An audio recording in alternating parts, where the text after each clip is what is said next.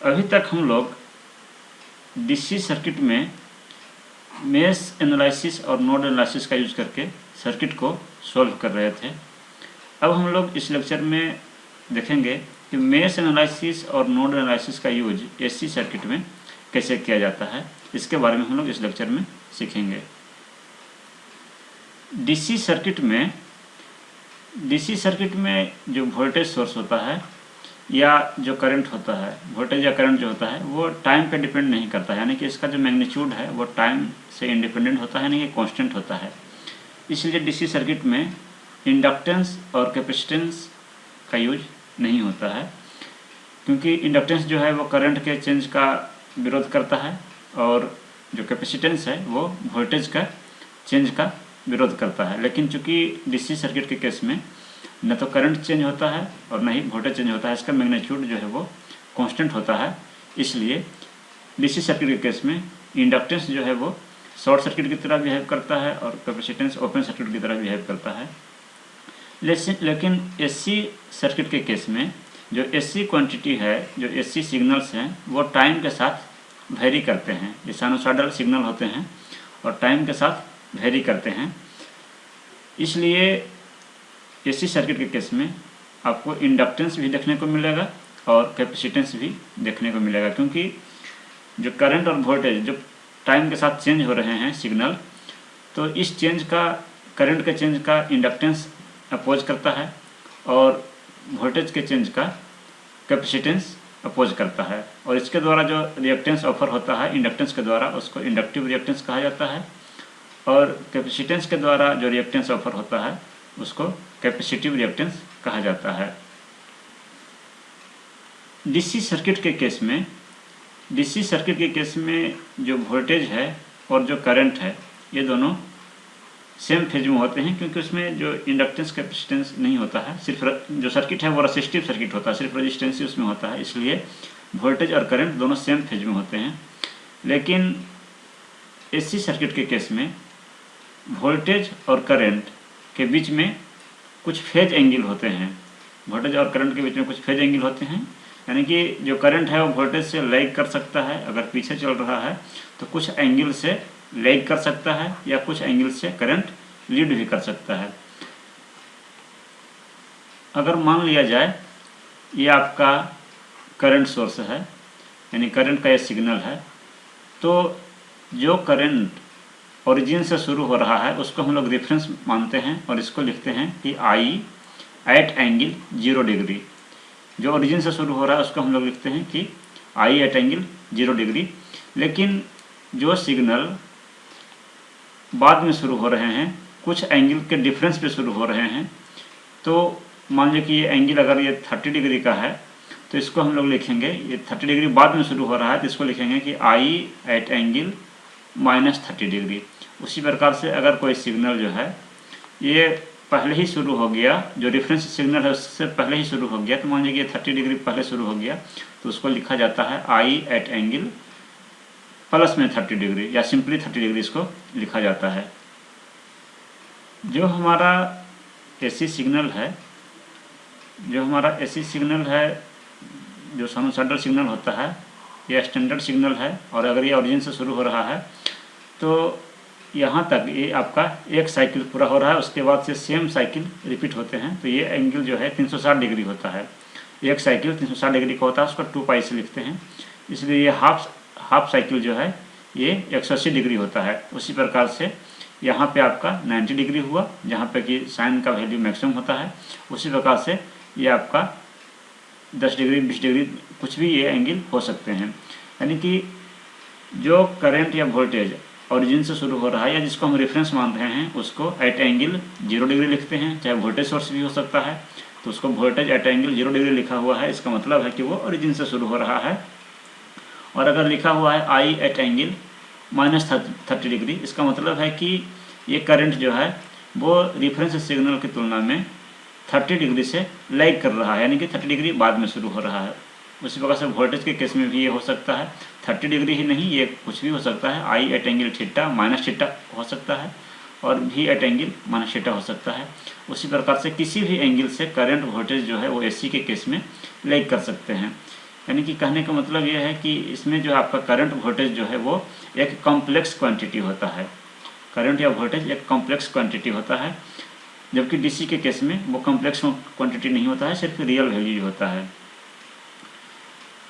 जैसे यहाँ पे आपका आई एट एंगल थीटा लिखा हुआ है, तो इसको आप कॉम्प्लेक्स, ये है आपका पोलर फॉर्म में इसको कहा जाता है कि ये पोलर फॉर्म में लिखा हुआ है। तो इसको हम लोग कार्टेशियन फॉर्म में या रेक्टेंगुलर फॉर्म में इस प्रकार से लिखते हैं। आई एट एंगल थीटा को हम लिख सकते हैं आई कॉस थीटा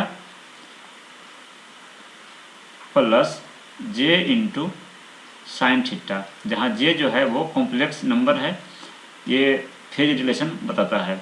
उसी प्रकार से अगर मान लीजिए कि आई एट एंगल 30 डिग्री लिखा हुआ है, इसका मतलब है कि आई into cos 30 degree plus J into sine 30 degree, इसका मतलब ये हुआ। अगर लिखा हुआ है I at angle minus 30 degree, इसका मतलब है, इसको हम रेक्टेंगुलर फॉर्म में लिख सकते हैं आई कॉस माइनस 30 और प्लस जे साइन माइनस 30। तो सिंपली हम इसको ऐसा कर सकते हैं कि कॉस माइनस थीटा जो है वो कॉस थीटा ही होता है और साइन माइनस थीटा जो है वो माइनस साइन थीटा होता है। इसलिए इसको हम डायरेक्ट हम इसको ऐसे भी लिख सकते हैं। अगर आई एट एंगल माइनस 30 डिग्री है तो इसको लिख सकते हैं I cos 30 degree minus J into sine 30 degree. यानी कि कॉम्प्लेक्स नंबर जब आप पढ़े होंगे तो उसमें आई जो है वो इमेजिनरी नंबर है, तो जो रोल आई का है वही रोल यहाँ पे इलेक्ट्रिकल सर्किट में जे का होता है। यानी कि जैसे आई जो है वो अंडर रूट -1 को शो करता है, उसी प्रकार से यहाँ पे जे जो है वो अंडर रूट -1 को शो करता है। यह कॉम्प्लेक्स नंबर है। और जिस प्रकार से आई स्क्वायर का वैल्यू कॉम्प्लेक्स नंबर के केस में -1 होता है, यहाँ भी जे स्क्वायर का मतलब -1 होता है। माइनस जे लिखने का मतलब है कि at angle minus 90 degree, plus J लिखने का मतलब है कि एट एंगल प्लस 90 डिग्री। उसी प्रकार से अगर कोई रेक्टेंगुलर फॉर्म में ही लिखा हुआ है 2 + 3j लिखा हुआ है, तो इसको हम पोलर फॉर्म में लिख सकते हैं। इसको पोलर फॉर्म में लिखने का तरीका है कि अंडर रूट रियल पार्ट का स्क्वायर प्लस इमेजिनरी पार्ट का स्क्वायर, ये मैग्नीट्यूड हो गया, और एंगल क्या होगा tan इनवर्स इमेजिनरी पार्ट और y रियल पार्ट। यानी कि अगर x plus J into by, इस प्रकार से अगर आपको रेक्टेंगुलर फॉर्म में है तो इसको आप पोलर फॉर्म में लिख सकते हैं r एट एंगल थीटा, जहाँ r जो है वो हो गया आपको under root x square plus y square, और थीटा जो है ये हो गया आपको tan इनवर्स बाई बटा एक्स। तो एसी सर्किट को जब आप सॉल्व करेंगे तो उसमें आपको इस प्रकार के कॉम्प्लेक्स इक्वेशंस मिलेंगे। तो इसलिए आपको कभी जो है वो रेक्टेंगुलर फॉर्म से पोलर फॉर्म में चेंज करना को ज़रूरत पड़ सकती है, या कभी पोलर फॉर्म से रेक्टेंगुलर फॉर्म में भी चेंज करने की आवश्यकता पड़ सकती है। इसलिए इसको जानना आवश्यक है।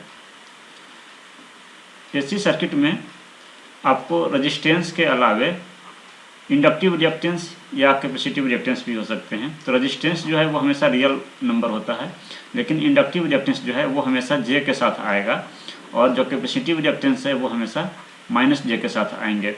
तो इस प्रकार से यह एक कॉम्प्लेक्स फॉर्म करता है, ये कॉम्प्लेक्स इक्वेशन सोल्व इससे बनता है। और जैसे कि अगर रजिस्टेंस अगर 2 ओम है, लेकिन अगर इंडक्टिव रिएक्टेंस 3 ओम है तो उसको 2 + j × 3 लिखा जाएगा। और कैपेसिटिव रिएक्टेंस अगर -j × 5 ओम है तो इसको, यानी कि जो कॉम्प्लेक्स जो इमेजिनरी पार्ट है वो आपस में ऐड हो सकते हैं, सब्ट्रैक्ट हो सकते हैं, लेकिन ये रियल वाले के साथ ऐड नहीं होंगे, बल्कि ये कॉम्प्लेक्स फॉर्म में ही रहेंगे। तो उसी प्रकार से हम इसको जो है रेजिस्टेंस और इंडक्टिव रिएक्टेंस या कैपेसिटेंस अगर मिल जाता है तो इसको हम लोग इम्पीडेंस कहते हैं, इम्पीडेंस। तो इसको भी हम लोग पोलर फॉर्म में कन्वर्ट कर सकते हैं, या पोलर फॉर्म में अगर है इम्पीडेंस, अगर कोई इम्पीडेंस अगर पोलर फॉर्म में ही है तो इसको हम लोग रेक्टेंगुलर फॉर्म में चेंज कर सकते हैं। अब हम लोग j × sin थीटा, अब हम लोग देखते हैं कि एसी सर्किट को कैसे सोल्व करते हैं। हालांकि जो रूल्स हम लोग मेश एनालिसिस और नोड एनालिसिस में हम लोग डीसी सर्किट में यूज करते थे। रूल्स वही है, कन्वेंशन वही है, यहाँ पे आपको इक्वेशन जो है वो कॉम्प्लेक्स फॉर्म में मिलेंगे। तो सर्किट हम लोग देखते हैं। पहला एग्जाम्पल है example 1, calculate the current through 4 ohm resistance.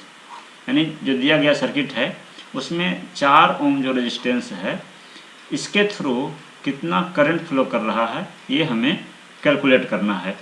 किस मेथड से कैलकुलेट करना है ये इसमें मेंशन नहीं है, तो आप इसको नोड एनालिसिस का यूज करके भी सॉल्व कर सकते हैं और मेश एनालिसिस का यूज करके भी सॉल्व कर सकते हैं।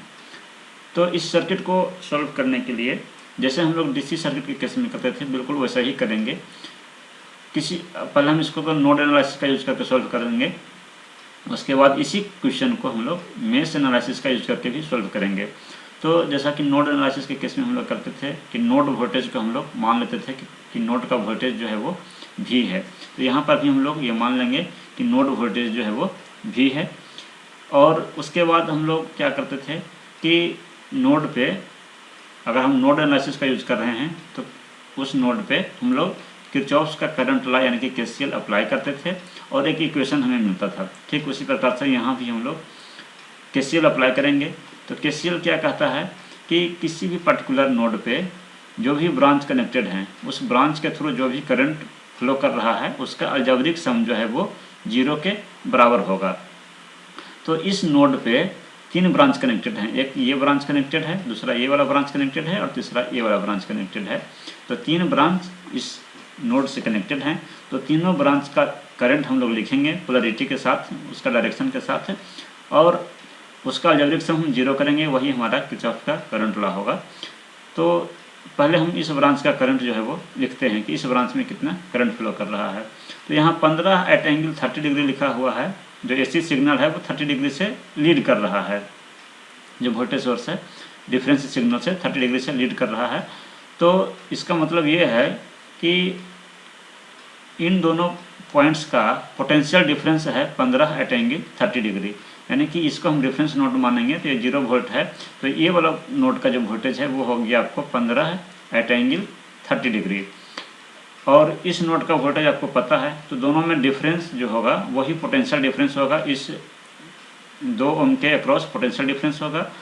यानी कि अगर हम इसका करंट निकालना चाहते हैं तो जो पोटेंशियल डिफरेंस है, पोटेंशियल डिफरेंस हो गया V माइनस 15 एट एंगल 30 डिग्री। यहाँ का वोल्टेज V है, यहाँ का वोल्टेज 15 एट एंगल 30 डिग्री है। तो दोनों के बीच का डिफरेंस जो है वो हो गया V माइनस 15 एट एंगल 30 डिग्री। और जो रजिस्टेंस है या इम्पीडेंस है, इसमें कोई इम्पीडेंस भी हो सकता था, यानी कि रजिस्टेंस के साथ इंडक्टिव रिएक्टेंस या कैपेसिटेंस भी हो सकता था। यहाँ पे सिर्फ रजिस्टेंस है तो सिर्फ रजिस्टेंस से भाग लगाएंगे। तो इस प्रकार से हमें इस ब्रांच का करंट पता चल गया। चूँकि हमने यहाँ पे V माइनस 15 लिखा है, यानी कि जो ये वाला वोल्टेज है इसको हमने हाई पोटेंशियल पे माना, तो करंट का जो डायरेक्शन है वो होगा आपको V से और 15 वोल्ट की तरफ, इधर की तरफ डायरेक्शन होगा। तो जो डायरेक्शन है करंट का वो नोड को छोड़ रहा है, नोड से दूर जा रहा है। तो नोड से दूर जाने वाले को हम प्लस में लिखते हैं, इसलिए इसको प्लस में लिखेंगे। अब हम लोग इसका करंट निकालेंगे कि इस ब्रांच में कितना करंट फ्लो हो रहा है। तो इस ब्रांच का करंट निकालने के लिए यहाँ का वोल्टेज हमें पता है V, और यहाँ का वोल्टेज रेफरेंस वोल्टेज है, ये रेफरेंस नोड है, तो इसको यहाँ का वोल्टेज 0 वोल्ट होगा। यानी कि इस इम्पीडेंस, ये इम्पीडेंस है, रजिस्टेंस और रिएक्टेंस मिलकर के इम्पीडेंस कहलाते हैं। तो इस रिएक्टेंस के अक्रॉस जो वोल्टेज है वो हो गया, पोटेंशियल डिफरेंस जो है वो हो गया V माइनस 0। ये एक इंड का वोल्टेज V, दूसरे इंड का वोल्टेज 0, तो डिफरेंस हो गया V माइनस 0। और इम्पीडेंस से भाग लगाएंगे तो इस बीच में जो इम्पीडेंस है वो है आपका 4 प्लस J इंटू 3। तो इससे डिवाइड करेंगे तो हमें इस ब्रांच का करंट पता चल जाएगा। और जो डायरेक्शन है वो क्या होगा, डायरेक्शन जो है वो हायर पोटेंशियल से लोअर पोटेंशियल की तरफ होता है। तो जो कि हमने V माइनस 0 लिखा है, यानी V हायर पोटेंशियल पे है, तो करंट का डायरेक्शन V से 0 वोल्ट की तरफ होगा। यानी कि नोड से ये करंट दूर जा रहा है, तो नोड से दूर जाने वाले करंट को हम प्लस में लिखेंगे। उसी प्रकार से अब इस ब्रांच का करंट हम लिखेंगे। तो इस ब्रांच का करंट लिखने के लिए जो है आपका ये 25 एट एंगल 60 डिग्री जो है, इसका मतलब ये है कि इसके इन दोनों पॉइंट्स का जो डिफरेंस है वोल्टेज का जो डिफरेंस है वो 25 एट एंगल 60 डिग्री है।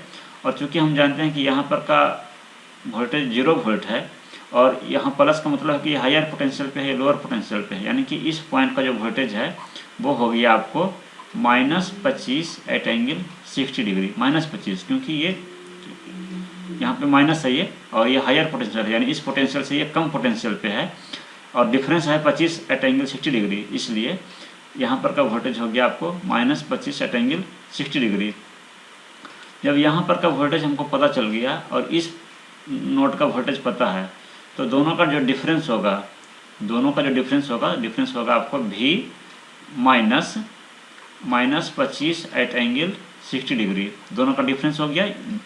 और इन दोनों पोटेंशियल डिफरेंस के बीच में जो इम्पीडेंस है 5 ओम और -j × 10 ओम, इससे डिवाइड करेंगे तो हमें करंट पता चल जाएगा। तो 5 -j × 10, चूँकि दोनों सीरीज में है इसलिए पोटेंशियल डिफरेंस जो है ये हमने इन दोनों इंड्स का निकाला है और बीच में जो भी इम्पीडेंस है उससे हमने इससे भाग लगा दिया।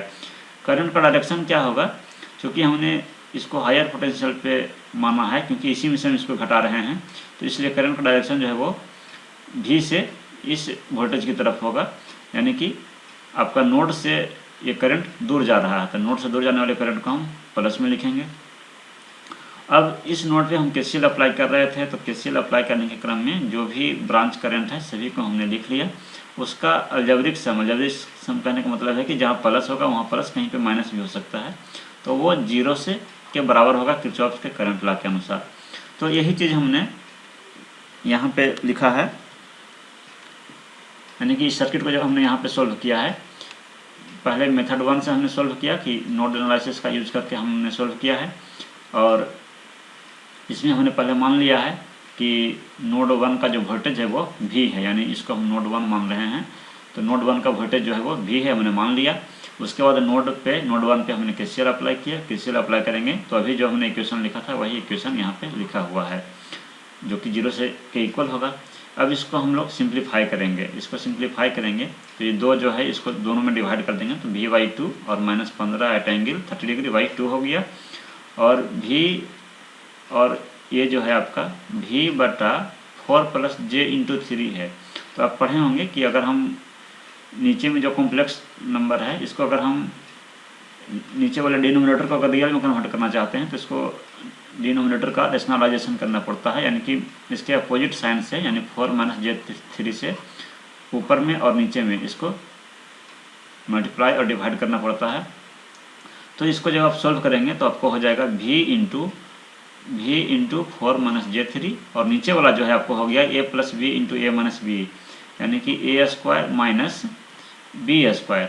तो A² - B² हो गया आपको, ये 16 हो गया माइनस, और j का स्क्वायर भी माइनस ही होता है, तो ये माइनस मिलकर प्लस हो जाएगा और 9, यानी कि आपको 25 हो जाएगा।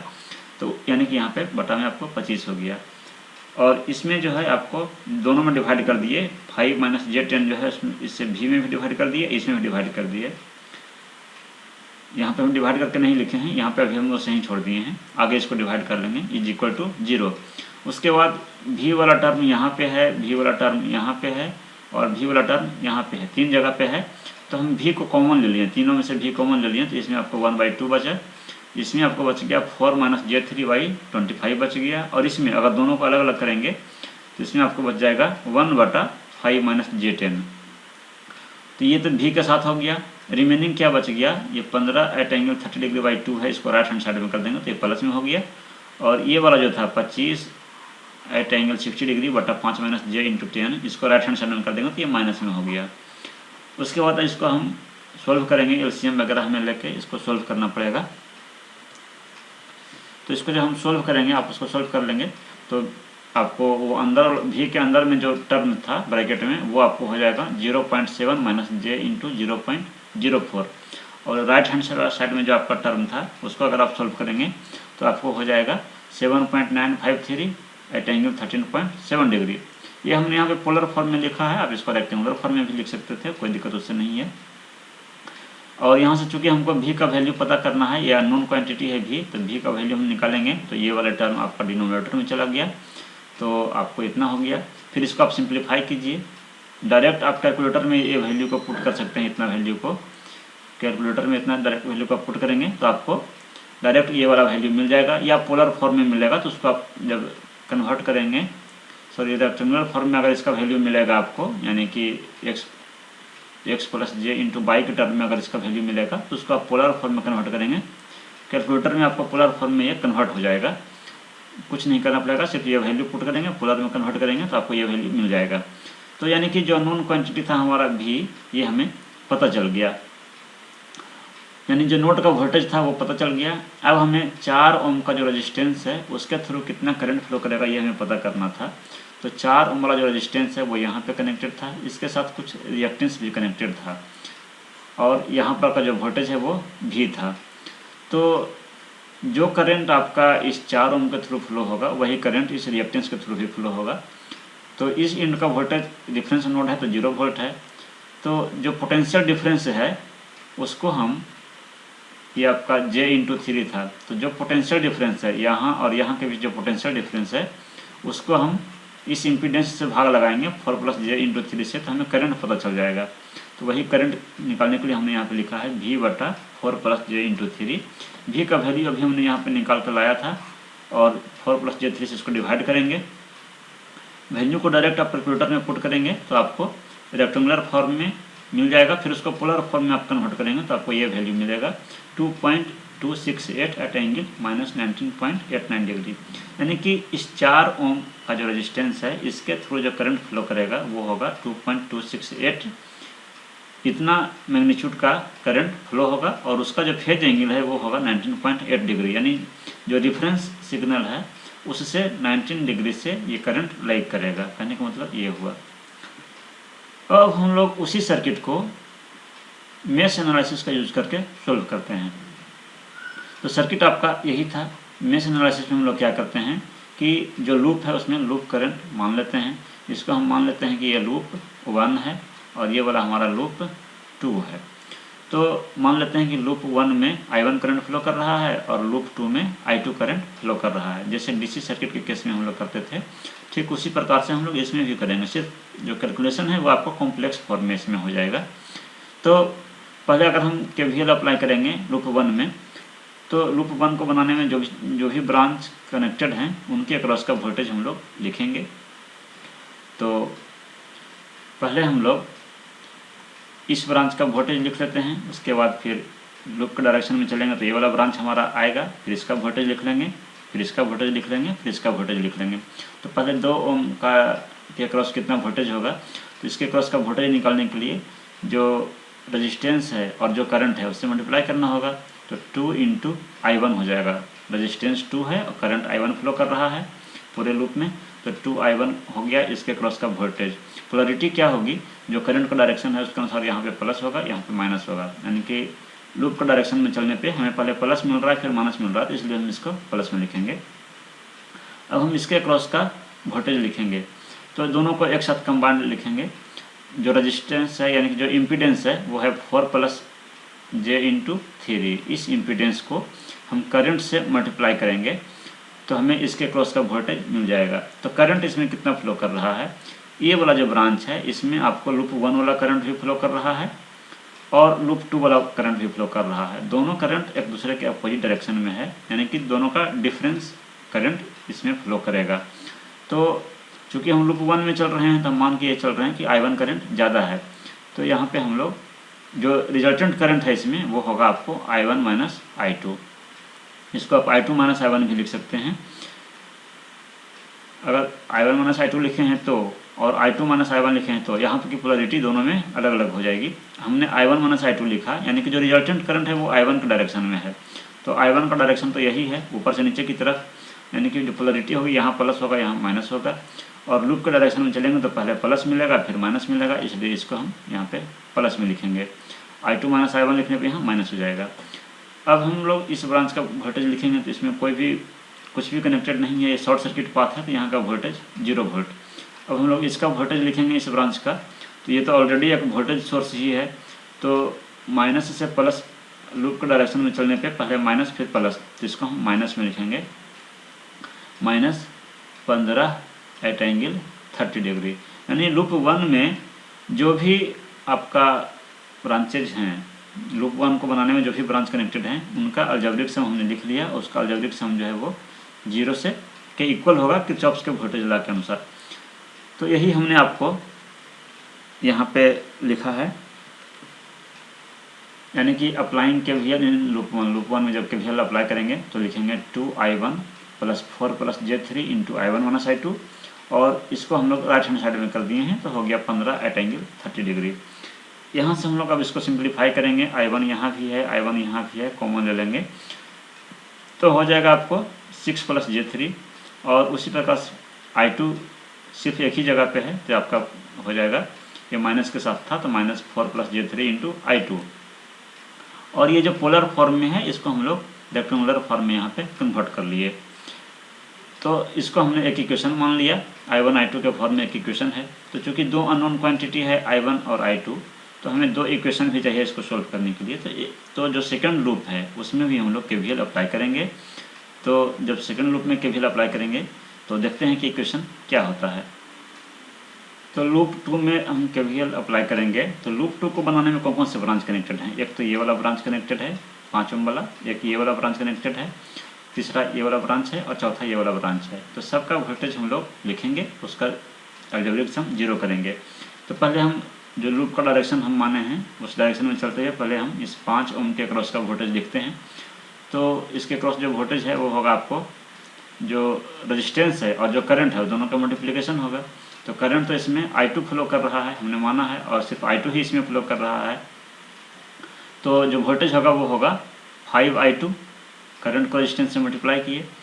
अब हम लोग इसके क्रॉस का वोल्टेज लिखेंगे, इस ब्रांच का, इस ब्रांच के क्रॉस कितना वोल्टेज है इसको लिखेंगे। तो इसमें दो कंपोनेंट है, एक तो कैपेसिटेंस है और दूसरा वोल्टेज सोर्स है। ये तो ऑलरेडी एक वोल्टेज है तो हम लोग इसका लिखेंगे वोल्टेज कि इसके क्रॉस कितना वोल्टेज है। तो जो रिएक्टेंस है आपका -j/10 आपका रिएक्टेंस है। इस रिएक्टेंस को हम करंट से मल्टीप्लाई करेंगे। तो करंट इसमें कितना फ्लो हो रहा है? I2 करंट ही फ्लो हो रहा है और तो कोई दूसरा करंट इसमें है नहीं। तो यानी कि इसके क्रॉस जो वोल्टेज है वो हो गया -j10 × I2। डायरेक्टली आप इसको I2 कॉमन लेके एक साथ भी लिख सकते थे। पोलरिटी क्या होगी? लूप के डायरेक्शन में अगर हम चलेंगे तो जो पोलरिटी है वो यहाँ प्लस होगा, यहाँ माइनस होगा। तो इसलिए पहले प्लस मिल रहा है फिर माइनस मिल रहा है तो हम इसको प्लस में लिखेंगे। और यहाँ पे जो है आपका ये वोल्टेज सोर्स है, तो वोल्टेज सोर्स है, ये ऑलरेडी वोल्टेज है। तो इसकी पोलरिटी के अनुसार पहले हमें माइनस मिल रहा है फिर प्लस मिल रहा है, तो इसको हम माइनस में लिखेंगे, -25 @60°। उसके बाद हम लोग इस ब्रांच का वोल्टेज लिखेंगे, इसमें कुछ भी कनेक्टेड नहीं है, इसका वोल्टेज 0 है। अब हम लोग इसका लिखेंगे, तो इसका वोल्टेज लिखने के लिए दोनों का एक साथ हम लिख लेते हैं। तो मैंने 4 + j × 3, ये तो आपका इम्पीडेंस है इस ब्रांच का। करंट जो फ्लो करेगा उससे मल्टीप्लाई कर देना। तो करंट कितना फ्लो होगा? इसमें करंट दो करंट फ्लो हो रहा है, एक तो I1 वाला भी करंट फ्लो हो रहा है वो ऊपर से नीचे की तरफ, और I2 जो है वो नीचे से ऊपर की तरफ। तो दोनों एक दूसरे के अपोजिट डायरेक्शन में है, तो जो करंट है वो दोनों का डिफरेंस होगा, वही फ्लो करेगा इसके थ्रू। जो रिजल्टेंट करंट है वो दोनों का डिफरेंस होगा।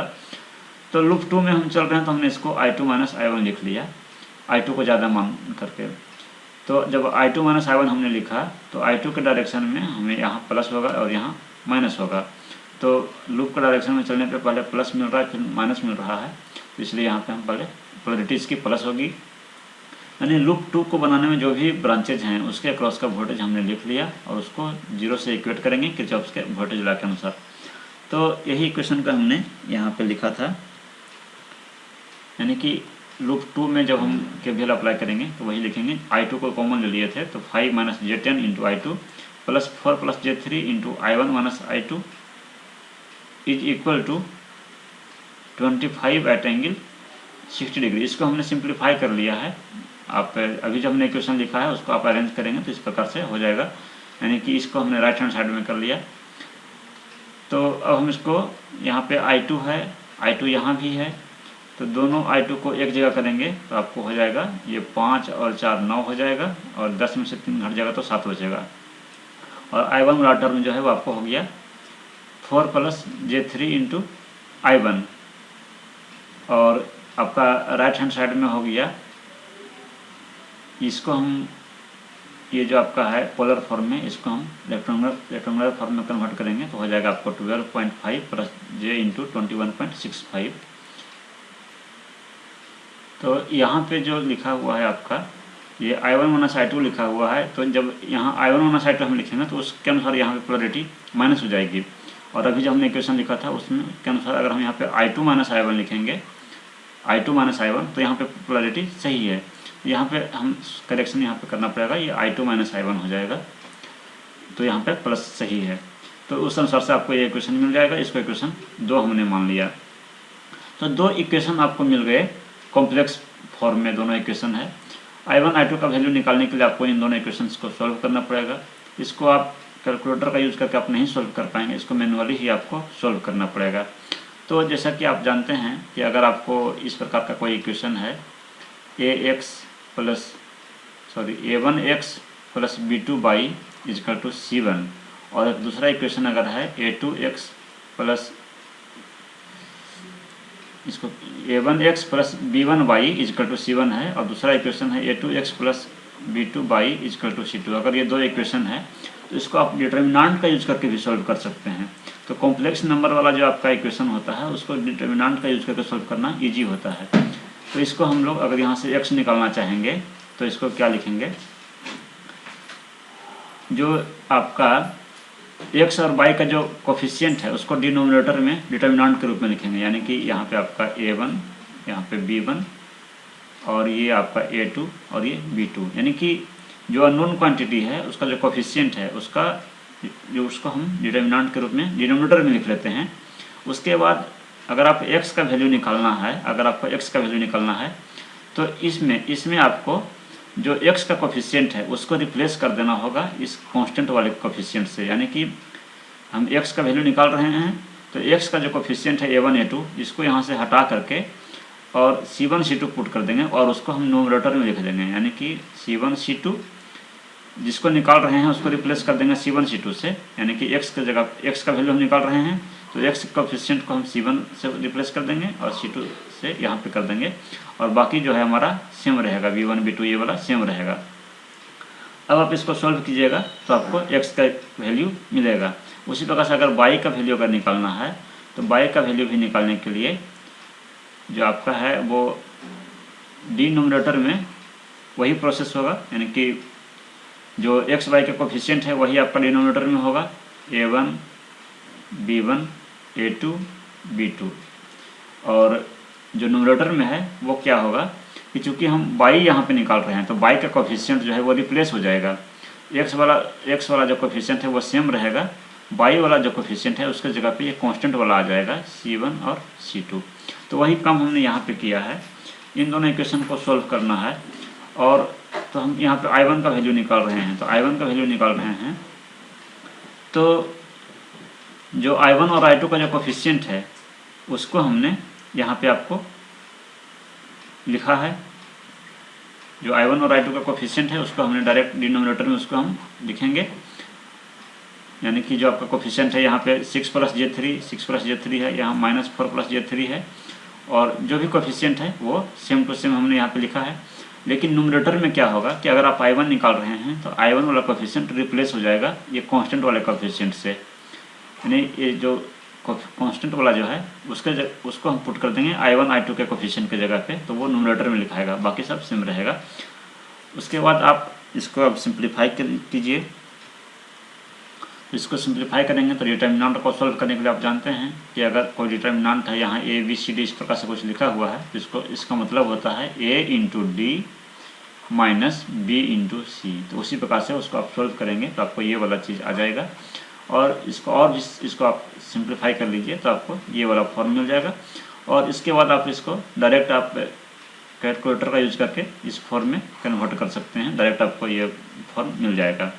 उसी प्रकार से I2 का भी वैल्यू अगर हमें निकालना है तो डिनोमिनेटर तो सेम रहेगा, जो डिनोमिनेटर है वो सेम रहेगा। न्यूमरेटर में जो है वो आपका I2 वाला कोफिशिएंट चेंज हो जाएगा, यानी इसके जगह पे सिर्फ C1 C2 वाला वैल्यू यहाँ पे रखा गया है, बाकी I1 वाला जो कोफिशिएंट था वो सेम रहेगा। इसको भी आप इसी प्रकार से सिंप्लीफाई कीजिएगा, जैसे कि ये डिटर्मिनेंट का जो रूल होता है, इसको दोनों को मल्टीप्लाई करेंगे माइनस फिर इन दोनों को मल्टीप्लाई करेंगे तो आपको ये वाला आ जाएगा और इसको आप डायरेक्ट कैलकुलेटर में पुट कीजिएगा तो आपको ये वाला वैल्यू मिल जाएगा। यानी कि इस प्रकार से हमें I1 और I2 का वैल्यू हमें पता चल गया, I1 I2 का वैल्यू। अब हमसे पूछा गया था कि 4 ओम का जो रेजिस्टेंस है, जो 4 ओम का रेजिस्टेंस है उसके थ्रू कितना करंट फ्लो कर रहा है। तो जो सर्किट था आपका वो इस प्रकार से था, 4 ओम यहाँ पे था और इसके साथ J/3 ओम का एक रिएक्टेंस था। तो इसमें कितना करंट फ्लो करेगा यही हमें कैलकुलेट करना था। तो इसमें आपका जो करंट है, नेट करंट जो है वो आपका इसमें I1 फ्लो कर रहा था इस डायरेक्शन में और I2 फ्लो कर रहा था इस डायरेक्शन में, यानी कि जो रिजल्टेंट करंट है वो दोनों का डिफरेंस होगा I1 माइनस I2। तो या I2 माइनस I1 भी कर सकते हैं। तो जो रिजल्टेंट करंट है उसको हमने यहाँ पे लिखा है I1 माइनस I2। I1 का वैल्यू यहाँ पे हमने लिखा जो ये निकाल कर लाए थे यहाँ से, और I2 का वैल्यू ये वाला वैल्यू हम यहाँ पे पुट करेंगे, दोनों का जो डिफरेंस होगा तो वो वैल्यू आपको आ जाएगा 2.27 एट एंगल 19 माइनस में 19.9 डिग्री। इसको आप कैलकुलेटर का यूज करके जब आप इसको कन्वर्ट करेंगे पोलर में तो आपको ये वाला आ जाएगा। तो यहाँ पे आपका जो I1 माइनस I2 है इसका मतलब ये हुआ कि अगर आपने I1 माइनस I2 लिखा है इसका मतलब कि जो रिजल्टेंट डायरेक्शन है वो I1 के डायरेक्शन में होगा और I2 माइनस I1 करेंगे तो जो डायरेक्शन है वो I2 के डायरेक्शन में, इसका मतलब है। तो जो लार्ज क्वांटिटी है उसमें से स्मॉल क्वांटिटी को घटाएंगे। तो इस प्रकार से हम देखते हैं कि इसी सर्किट को हमने नोड एनालिसिस का यूज़ करके भी सॉल्व किया और मेश एनालिसिस का यूज़ करके भी सॉल्व किया। दोनों में हमें लगभग सेम ही आंसर आए हैं, पॉइंट में डिफरेंस आ सकता है कैलकुलेशन इसमें कॉम्प्लेक्स होने की वजह से। तो इसलिए जो मेथड है मेश एनालिसिस और नोड एनालिसिस यूज करने का वो दोनों में, मतलब कि AC सर्किट में DC सर्किट में दोनों में सेम है, सिर्फ AC सर्किट में आपका कैलकुलेशन जो है वो थोड़ा सा कॉम्प्लेक्स हो जाता है। तो इसके आगे का एग्जाम्पल हम लोग अगले लेक्चर में डिस्कस करेंगे। Thank you.